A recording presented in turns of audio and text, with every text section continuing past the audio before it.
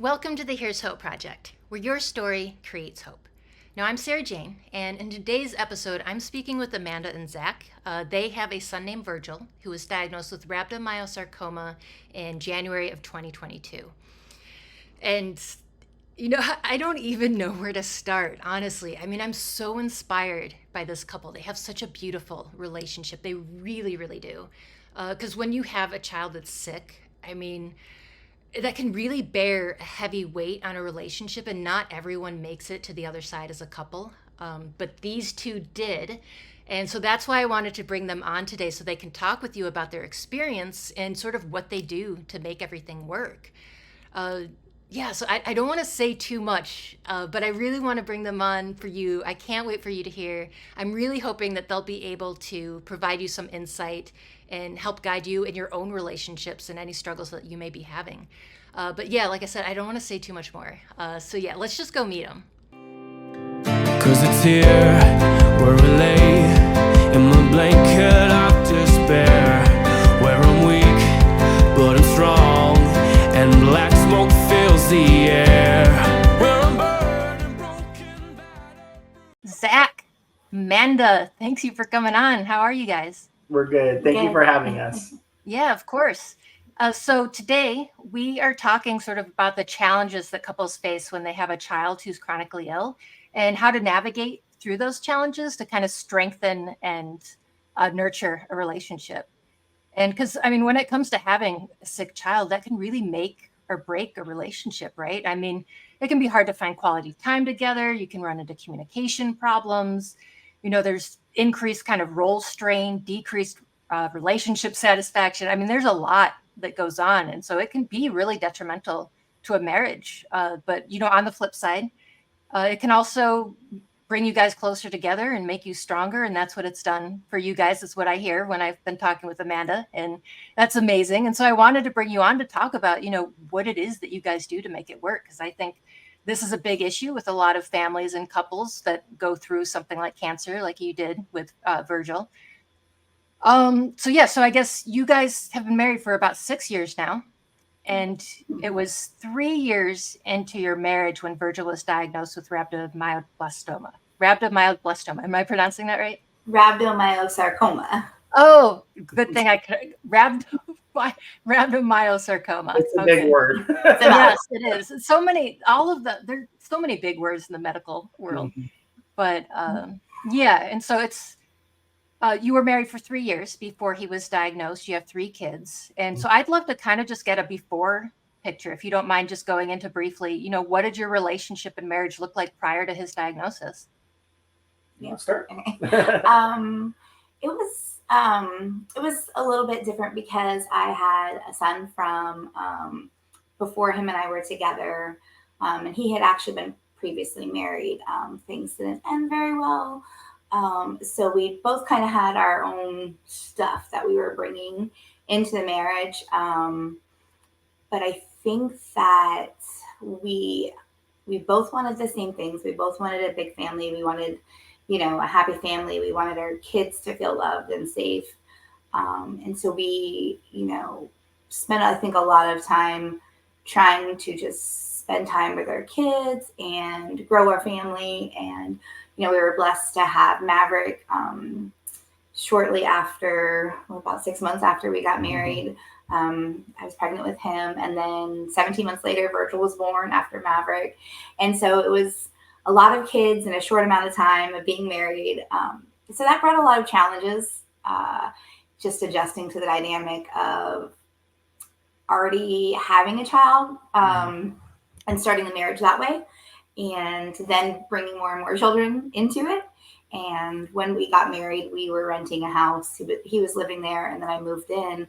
And it was very, very small home. And so our goal was always, let's buy a nice big house for our kids to grow up in, and we can have all the pets, and everything will be good. And we wanted to, just kind of continue to grow our family and just be happy. And we kind of kept hitting just roadblocks, random things, like a car accident when I was on, like right before Virgil was born, that totaled the car.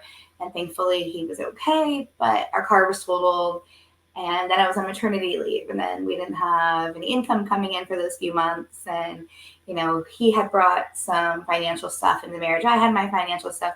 And that was one of the biggest, I think, struggles was finances and, figuring out how to prioritize, making the most of our time. Because he's definitely always been the type that's like, I don't work to save my money. I work to enjoy my money and to, have a good time because, you can't take it with you when you go.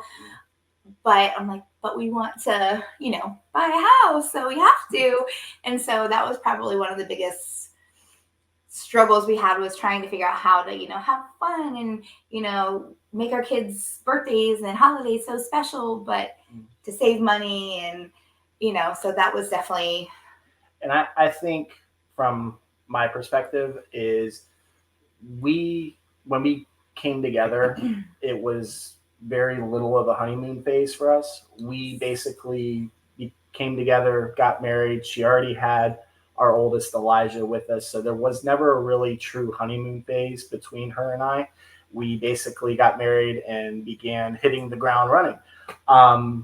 But backtracking a little bit, Amanda and I have been married for 6 years, but we actually went to high school together. I've known Amanda for a very long time. She actually liked me when I was in high school, but we had different paths and everything. Amanda went to college at University of Florida. I went to college in Georgia.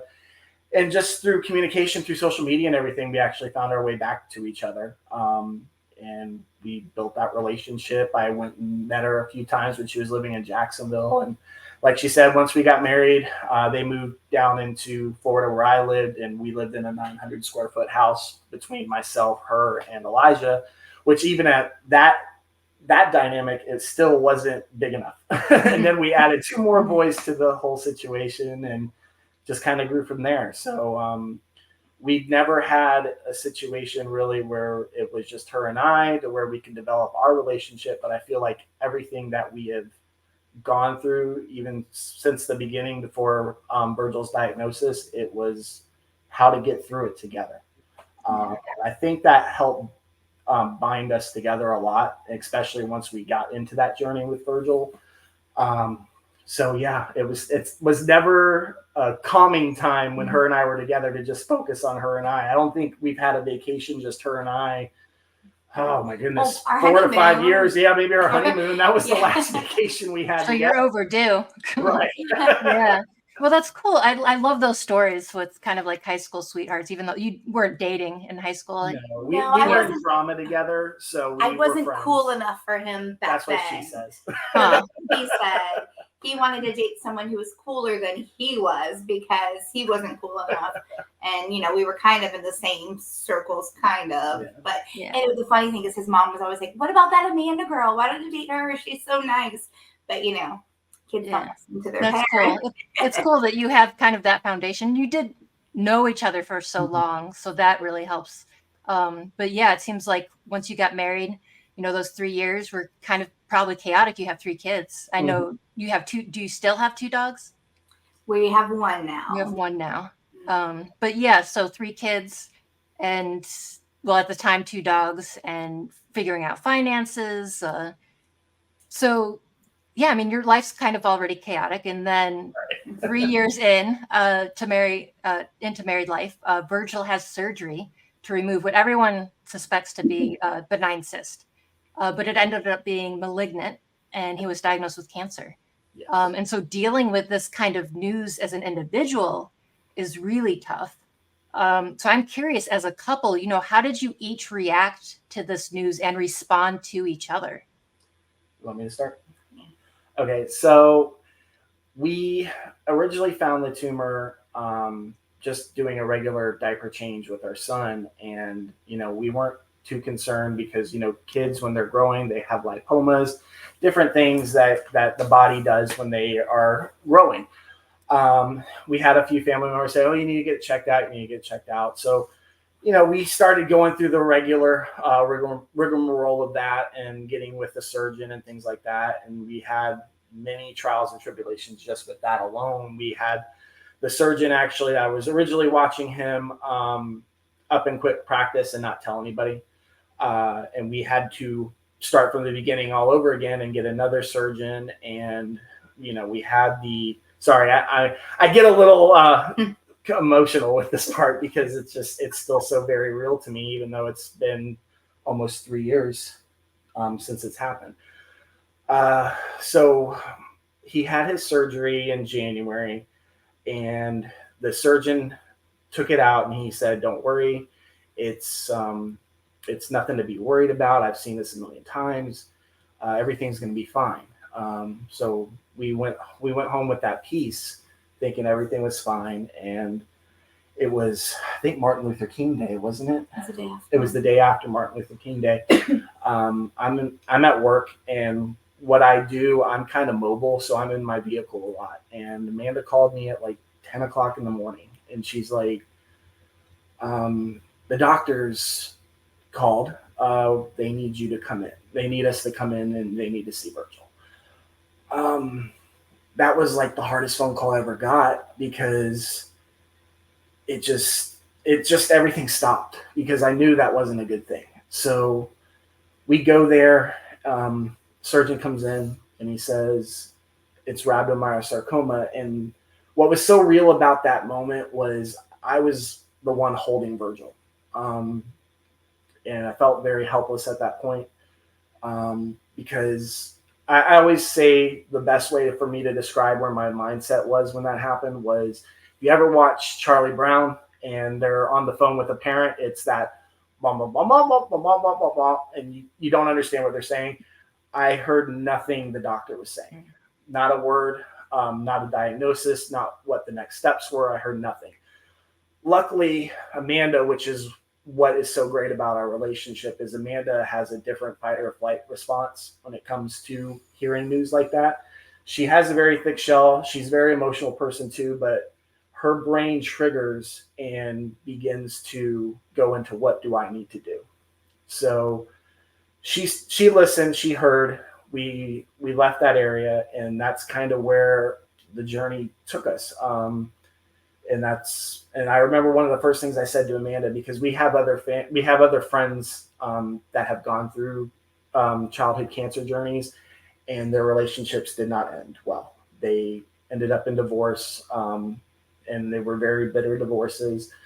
I told her, I said, this could end our relationship. I said, I don't want that to be the situation. And she assured me it wasn't going to happen, but I just knew what the struggle was going to be. I knew it wasn't going to be easy. But, I think with it definitely bonded us a lot more.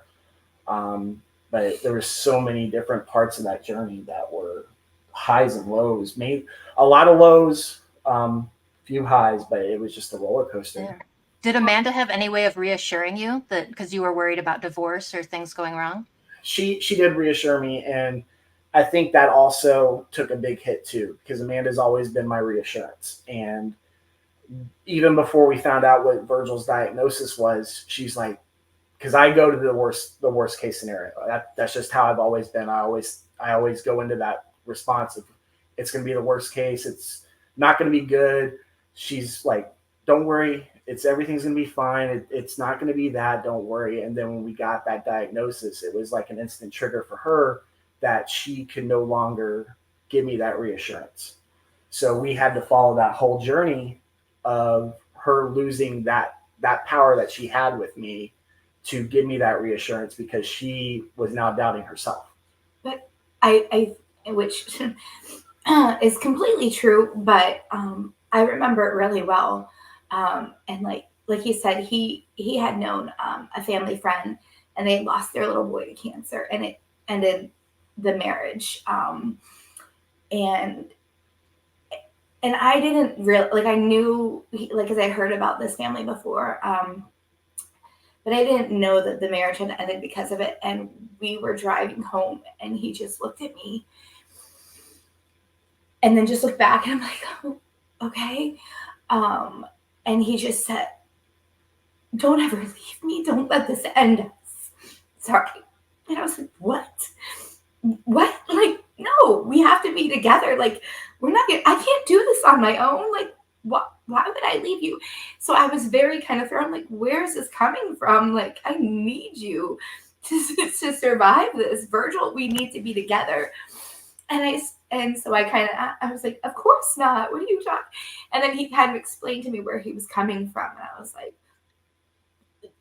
we have to get through this together. I don't know what that family really went through. But I know health, finances can always be some really difficult things to weather as which we weathered ourselves in a marriage. And so I felt though that was never going to be an issue. Like he like there was no option for me. Like there's nothing that's going to ever separate us no matter what. Like, we have our moments like every couple does, but that never crossed my mind. And even, through the really hard parts and challenges of it, it still was never something that ever was like an option. You know what I mean? It just was never on the table. And I couldn't have done it without him. And there were some very strenuous like moments where it was like very thin thread holding things together. But him and I and our connection was, I felt like the thing that was like that last thread. You know what I mean? Like it was hanging on, and it was getting pulled tight, but it was, Well, it sounds like you guys really complement each other pretty well. I mean, like you said, like you each had a different flight or fight response, and she was able to comfort you with the divorce thing because she had a very different viewpoint, and that's kind of a beautiful thing. That's really, so you could kind of tell at the beginning with just the way that you were handling the situations that you were stepping in with the right foot, and that that's cool. So I imagine you kind of have a balance between what your strengths and weaknesses are, and they kind of balance out. Did you learn things about each other with maybe you didn't know before, which I'm sure you did? You're laughing.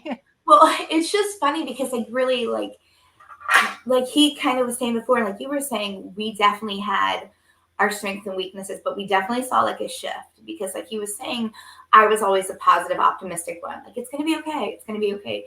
And I was shaken to my core. Like, I felt like I could never fully say that again.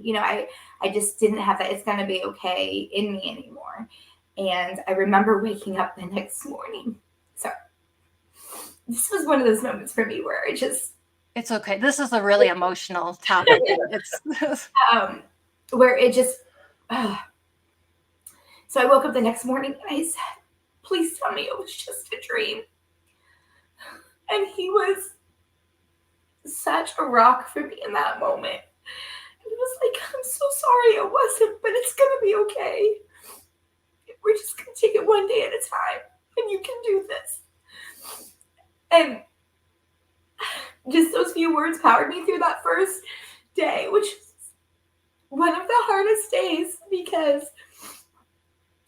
knowing how to function to do the basic things of going to work, feeding my children, like that really became our mantra for the whole journey, was one day at a time, because you're trying to place what you're doing 3 steps ahead, but you're missing all the little details that fall on just that specific day. So we said one day at a time, practically every time, every day to each other. And then when we were, talking to family and friends, they're like, I just don't know how you're doing it. I can't believe you're going through this. And we just told them one day at a time. Yeah, you have to. Otherwise, it's so overwhelming. Right. It really is. And he was, like he said, he's kind of more the negative one in the relationship, but he really, when I was at my weakest and my negative thoughts were coming for me, he was right there to pick me up with his positivity. And medical stuff has always been difficult for him. It was always giving him a lot of anxiety, and he kind of would get overwhelmed with it. Like, I mean, for anybody really, it's a lot. They have it's like another language that the doctors and everyone are speaking, and so he wanted to be there and he wanted to be present. Whereas, for other things, when it was hard, he'd kind of be like, "You got this," like he doesn't like to call and order pizza for dinner. He's like, you do that, but he would step up and be like, "Okay, what can I do?" And, do you need me to make this phone call? Or, I'll call the insurance company. You call the doctor's appointment. And it was really like a team. You guys were a great team. It became kind of a role reversal. Like you know what they need at that point, so you know that you have to be the opposite of it. It's kind of that yin and yang. That's the best way for me to describe it. Really kind of miraculous, honestly, because looking back at some of those moments, I'm still like, you did that. Like, and I'm so proud of him. Like, there was a day that he needed to go and take Virgil to something that was really difficult, one of his scans. And, I did it so many times, and it's never an easy thing to do. And he did it on one of the hardest days, I think, because they had a hard time getting his port to work and everything. And it was very, very stressful. And he handled it so well. Yeah, and I just was like, it just triggered in my head what you were talking about. I was like, do I need to come up there? Do you need me? Like, what can I do? And he was like, no, it's okay. I got this. And I'm like, oh my goodness, I'm so proud of you. And I wanted to be there, but I couldn't. And he handled it so well. And it's just really, really like amazing how we each found that strength within ourselves and then in each other, because we were strong where maybe we would not have previously been. Did you guys kind of take on like different roles or responsibilities, like divvy things out? Or because you're great at working as a team in terms of like the emotional aspect of things. You have 2 other kids. You're both working. And how did you kind of work together to make all of this work and happen? So with that, when Virgil started going through his journey, Amanda was, I call him his primary nurse. Mm-hmm. She took him to all the doctor's appointments. If he spiked a fever, and like with cancer treatment for children, a fever can be a life or death situation. So it's one of those things where if it happens, you're immediately in the emergency room, and you can be there for hours, you can be there for days. So I knew what my role was. It was to take care of the other 2. So that became my responsibility. I was mom and dad when mom wasn't there. So it would be a situation where, okay, mom's not going to be here for a few days. I got to figure out where my littlest is going to go for the day while the other one has to get to school. That became my goal and my responsibility while Amanda took care of Virgil. So I don't think we ever really had, a conversation about it. It just kind of happened. It was very natural. Yeah, it really was. Yeah. And you guys are just very in sync with each other. You don't even need to speak. Yeah. Some days more than others, but yeah, it was definitely, it just something triggered when it all happened that I knew where her place needed to be, and I knew where my place needed to be. For a mother, you're never going to leave your child when they're in need. And I've seen that even with my own mother. So I knew that she needed to be there, and I knew that she needed it to be there, not only for Virgil, but she needed it for her mindset. Cause I mean, I'm not a female, but I know like the mothers, they can't be without their kids when they're ill, when they're sick. So Amanda spent many hours, many days, many months in the hospital. And then come January into when he was about to be off treatment, into maintenance, the role kind of reversed because Amanda went through all her FMLA. I then took FMLA, and then I took on to his treatment. So we basically went from one situation and then crossed it back to the other. So when Amanda felt comfortable enough that she could say, okay, I can let somebody else handle it, the role reversed and mom was back and dad took on the role. And thankfully, Virgil did so well through maintenance. So in January, I was able to go back to work and because I did FMLA and then I was on a leave of absence. And then January was when his maintenance began. And the timing was just really kind of great because of the amount of time he was left he had left on treatment and maintenance would work out for the amount of time he could have for FMLA, that he wouldn't need to take a leave of absence as long as Virgil did well, which amazingly through his entire phase of maintenance treatment, he never had an admission. And if there was ever a fever over like the weekend, and I think that was maybe 1 or 2 times, it was over the weekend and I was able to go, or we could both go if we had a family member stay with the other boys. But it worked out really well because he did do so well. Because that was the hardest part for me and it was hard too, being with Virgil and not being with my other kids. Because there was a time when there was kids sick at home and he was with them and they couldn't have mommy because mommy was with Virgil. And that's hard. I remember our middle son, Maverick, he got the flu while Amanda was gone. And it was a situation where I had to handle it myself, which, like she said prior, that would have never been something I'd had to do, but I did, and had to deal with the kid vomiting in the car and wanting his mommy, but couldn't have his mommy at the time. So the boys were definite rock stars through that whole situation because Maverick was at that age where he kind of understood, but didn't understand all the time why mom was gone all the time. Elijah being 8, 9 years old, he knew what was going on.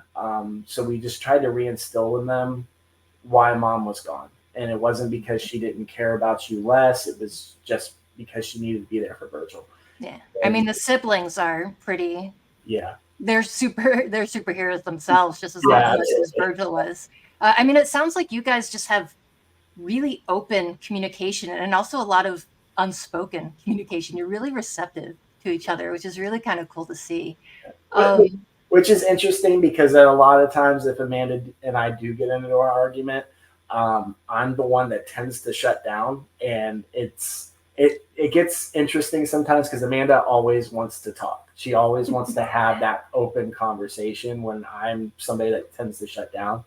And I've learned definitely through our relationship that that's not something that works when you're trying to resolve a conflict. I know everybody needs their time to cool down and breathe and everything, but definitely being with her, I've learned to open up and address the issue at hand at that moment. And it definitely makes situations, confrontations a lot easier to get through and faster to get through. So how would you say, like, overall, this has changed the way you communicate with one another? I think that we, for one, found a lot more, not that we didn't value life before, but, it's just a deeper understanding of the time you have with the people you love and care about and how to make the most of it. And do we really want to spend an evening, grumpy with one another over, who didn't do the dishes or something so silly like that, when we know how fragile life is and how much time we lost being with each other. So I think that really put things into perspective for us. And since then, I think we've definitely grown, and it's like, okay, we're in a mood right now, but we got through that together. We'll handle it. I don't think there's going to be anything that we can't get through after having gone through that. So it's I don't think so either. I agree. Yeah, it's definitely a secret weapon. Like we did that. We can do anything. Yeah, you really can. Have you had moments where you were kind of like, why aren't they feeling what I'm feeling? Or why aren't they thinking what I'm thinking? Have you ever been on, like, not on the same page with things?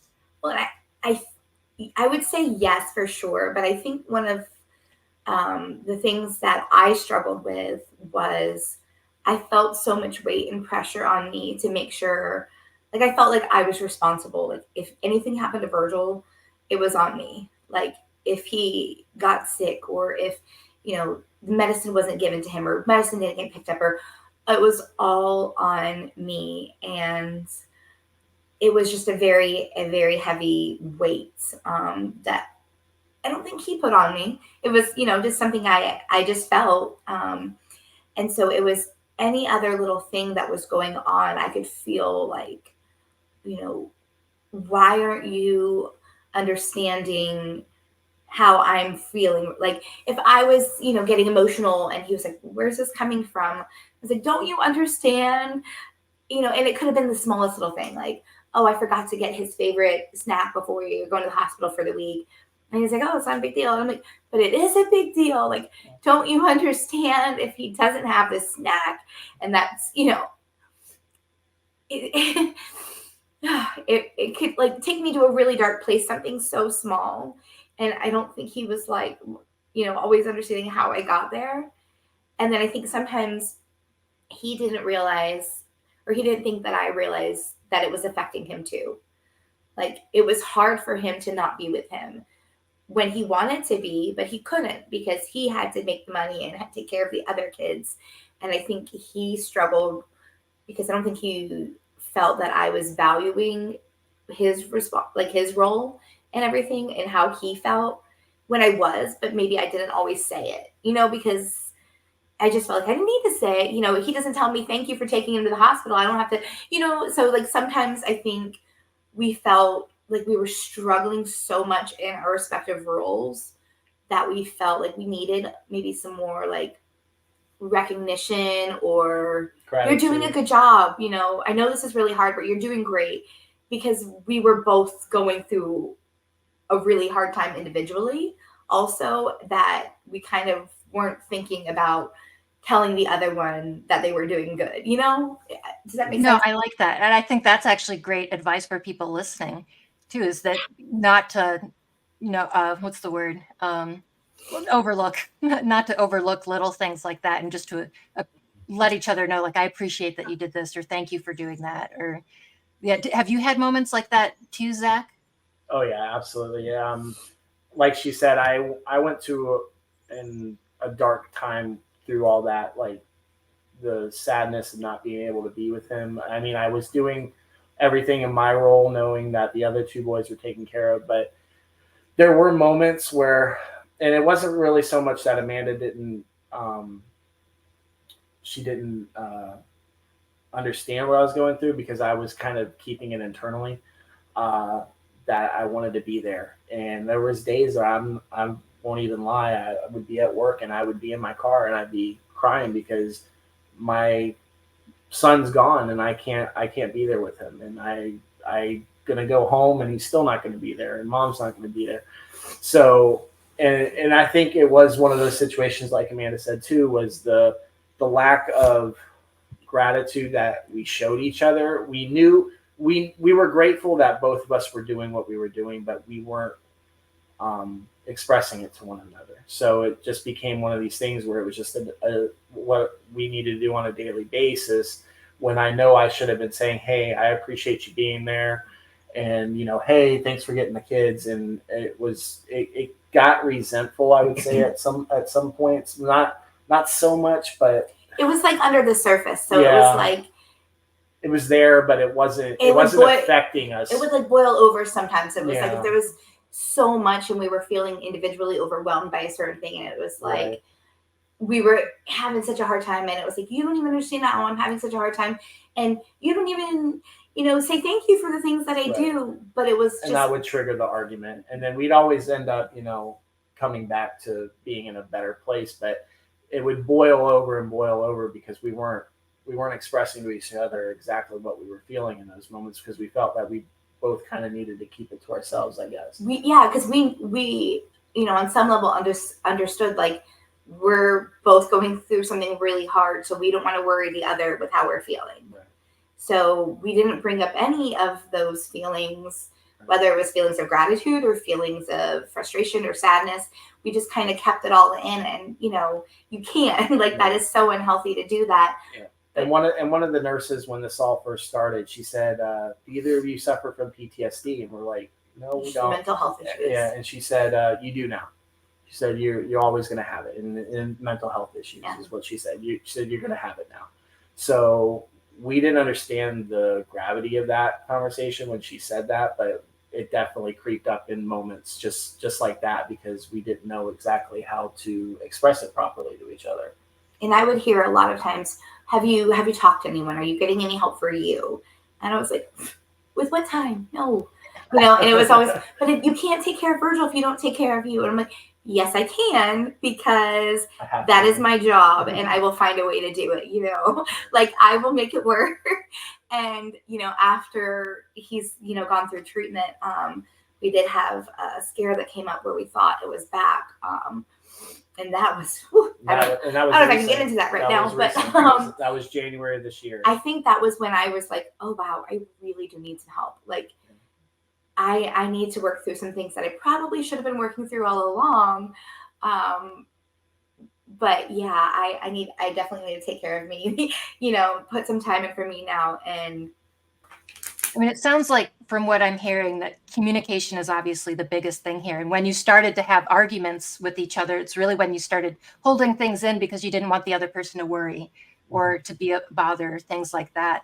So communication is probably one of the biggest things, just being open and vulnerable too, which is really big, being able to trust each other and talk with each other like that. You were just talking this, now I'm kind of switching topics because you were talking about self-care and when do we have time?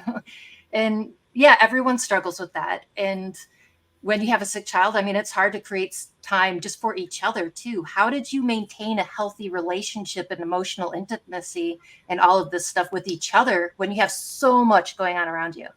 Yeah, that was definitely a struggle, because we have always been of the mindset that it's him and I and then the children. Like we have to be, a team, him and I, and the children have to see that it's me and dad, it's mommy and daddy. They love each other, and that's why they love us and can take care of us. And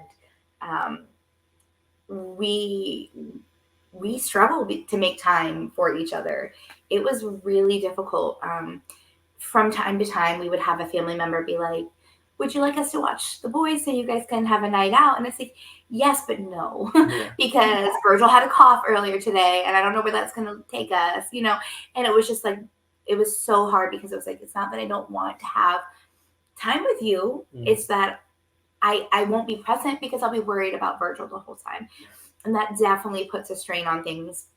But I was fortunate because he understood that as well. And he was very unselfish and understanding, because I think he really started to learn a little bit more about how my brain worked, and the fact that I will not be present in a moment if I don't know that my kids are 100%.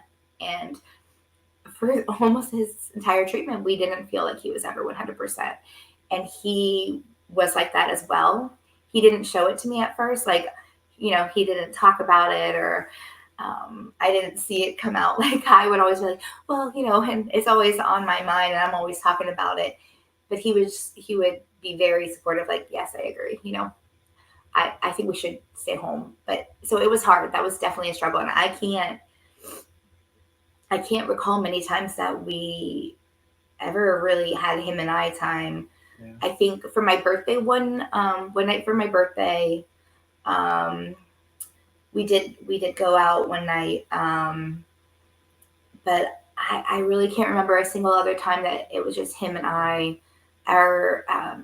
Definitely through the whole journey, there was a lot of times there was a very lack of intimacy that was taking place between us, and it wasn't a situation where I felt like we needed it so much because we knew what was going on.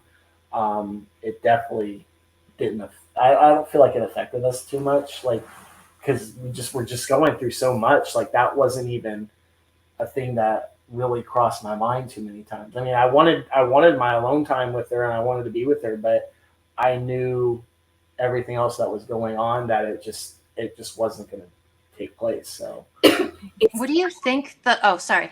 It's okay. I was just going to say that I think it's interesting because looking back, I don't feel like I ever thought or worried about, oh, wow, I really need to make sure that Zach and I spend some time together so we're okay.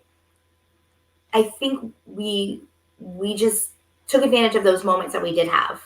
You know, those moments where the kids were asleep and Virgil had an okay night and he was able to sleep in his bed, and we were laying down in bed together and talking before bed. And that was enough. And, like that's really what it was. That was our we made the most time of that together, time that we had. And yeah. I think we maybe didn't realize it then, but looking back now, we understood on some level, maybe unconsciously, like how valuable it was.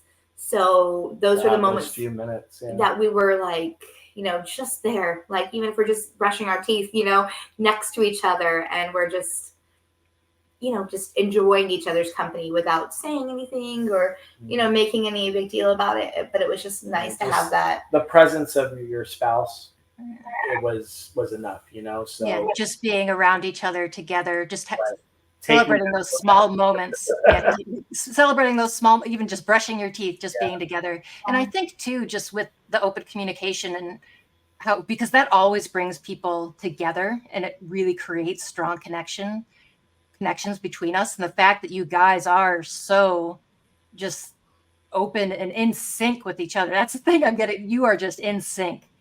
And I think that's probably what helps you maintain that kind of emotional intimacy and stuff, is just, not necessarily going on a date night or having someone watch the kids, but just being present with each other in those moments and just appreciating that someone else is there with you and you're not alone, and that you have someone right here that is going through the exact same thing that you are. Yeah, absolutely. So, that's because we didn't know anyone in the beginning who was, we didn't even realize how like prevalent childhood cancer was. Like now I know so many families, but then it was like I didn't know anyone who was going through it. I didn't know anyone to ask advice about. It's that outside looking in kind of thing. It's like you just don't realize how big that bubble really is until you're in it. But then I'd be spending these weeks at the hospital, and I just had my little toddler, my little 13, 14, 15, 18-month-old, he's so young, and I spent my entire day keeping him occupied and entertained in a hospital. And once he would finally get some sleep, and I was just like, and then I would, get to end my night talking to him, or I'd put him on FaceTime to watch Virgil so I could shower really quick.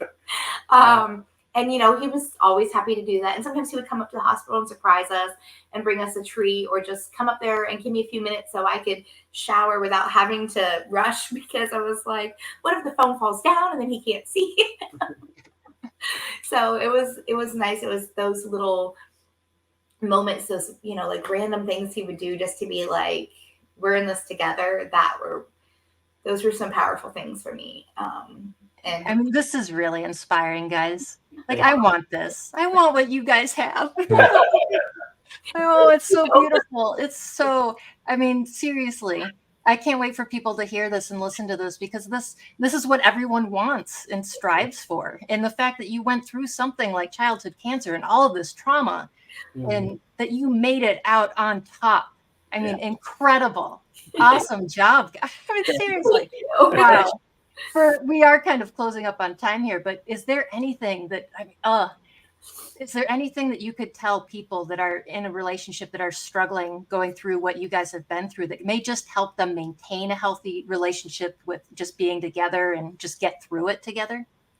I would definitely say the communication. It's so paramount. And just, to express the gratitude, express your feelings. Like, I know this is hard for both of us, but I want you to tell me when you're having a hard time so I can be there for you. And I need to tell you when I'm having a hard time so you can be there for me, because we're in this together and no one knows what we're going through like we do. So just to, kind of have that conversation and maybe write that down somewhere that they see it every day. Like, I am your person and you are mine, and we can do this together.